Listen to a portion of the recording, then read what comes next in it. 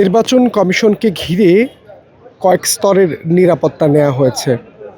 ঠিক নির্বাচন কমিশন ভবনের সামনেই কিন্তু এই মুহূর্তে গোয়েন্দা শাখার যেই পুলিশ সদস্যরা রয়েছেন তারা কিন্তু এই মুহূর্তে অবস্থান করছেন। অন্যদিকে আমরা দেখেছি এপিবিএন, অন্যদিকে আমরা দেখেছি পুলিশ সদস্য, একদিকে আমরা দেখেছি সেনাবাহিনীর অসংখ্য সদস্যরা কিন্তু এই পুরো এলাকাটিতে এই মুহূর্তে নিরাপত্তায় রয়েছেন। প্রায় বলাই চলে নিরাপত্তার চাদরে ঢাকা রয়েছে নির্বাচন কমিশনের পুরো এলাকাটি।